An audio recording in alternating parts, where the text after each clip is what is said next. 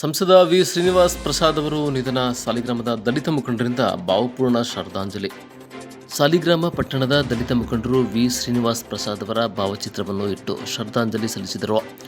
ನಂತರ ಮಾತನಾಡಿದ ನಗರಾಧ್ಯಕ್ಷ ಪ್ರಭಾಕರ್ ಮತ್ತು ಗ್ರಾಮ ಪಂಚಾಯತಿಯ ಸದಸ್ಯ ರಾಂಪುರ ಲೋಕೇಶ್ ಅವರು, ಶ್ರೀನಿವಾಸ್ ಪ್ರಸಾದ್ ಅವರು ಒಟ್ಟು 14 ಚುನಾವಣೆಗಳನ್ನು ಎದುರಿಸಿದ್ದು 8 ಚುನಾವಣೆಗಳಲ್ಲಿ ಗೆದ್ದಿದ್ದಾರೆ. 6 ಬಾರಿ ಸಂಸದರಾಗಿ 4 ಬಾರಿ ಶಾಸಕರಾಗಿದ್ದು ಪ್ರಸಾದ್ ಅವರು 7 ಪ್ರಧಾನಿಗಳನ್ನು ಕಂಡಿದ್ದಾರೆ ಎಂದರು.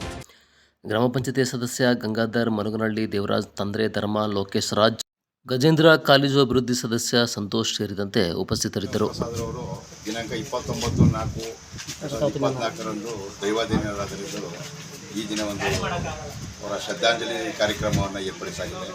ನಮ್ಮ ಸಂಸದರು 7 ಬಾರಿ ಸಂಸದರಾಗಿ, 4 ಬಾರಿ ಶಾಸಕರಾಗಿ, ಮಂತ್ರಿಗಳಾಗಿ ಸಮಾಜದ ಕೆಲಸನ ಮತ್ತು ಸರ್ಕಾರದ ಕೆಲಸನ ಉತ್ತಮವಾಗಿ ನಡೆಸಿ ಸಮಾಜಕ್ಕೆ ಮತ್ತು ಸರ್ಕಾರಕ್ಕೆ ಒಳ್ಳೆಯ ಹೆಸರು ತಂದುಕೊಟ್ಟಂಥವರು. ಇವತ್ತು ಅವರ ಸಾವು ಮತ್ತು ನಮ್ಮ ಸಮಾಜಕ್ಕೆ ಮತ್ತು ಈ ದೇಶಕ್ಕೆ ತುಂಬಲಾರದ ನಷ್ಟ ಉಂಟು ಮಾಡಿದೆ ಅಂತ ನಾನು ಹೇಳಕ್ಕೆ ಇಷ್ಟಪಡ್ತೇನೆ.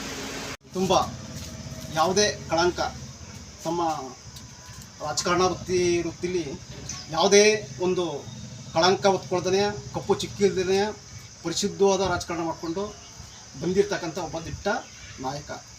ಇವತ್ತು ನಮ್ಮ ರಾಜ್ಯ ನಮ್ಮ ದಲಿತ ಸಮಾಜ ಅಂತ ಹೇಳ್ಬೋದು, ಇವತ್ತು ಒಂದು ಕೊಂಡಿನ ಕಳ್ಕೊಂಡು ಒಂದು ದುಸ್ಥಿತಿಗೆ ಬಂದಿರತಕ್ಕಂಥದ್ದನ್ನ ಕಾಣ್ತೀವಿ. ಹಂಗಾಗಿ ಇವತ್ತು ಇವರು ದೈವದೀನರಾಗವ್ರೆ. ಇವರ ಆತ್ಮಕ್ಕೆ ಶಾಂತಿ ಸಿಗಲಿ ಅಂತ ಇವತ್ತು ನಮ್ಮ ಸಾಲಿಗ್ರಾಮ ತಾಲೂಕಿನ ಎಲ್ಲ ಇದು ಸಮಾನ ಮನಸ್ಕರರ ಒಂದು ವೇದಿಕೆಯಿಂದ ಇವತ್ತು ಶ್ರದ್ಧಾಂಜಲಿ ಸಭೆನ ಇವತ್ತು ಆಯೋಜನೆ ಮಾಡಿದ್ದೀವಿ.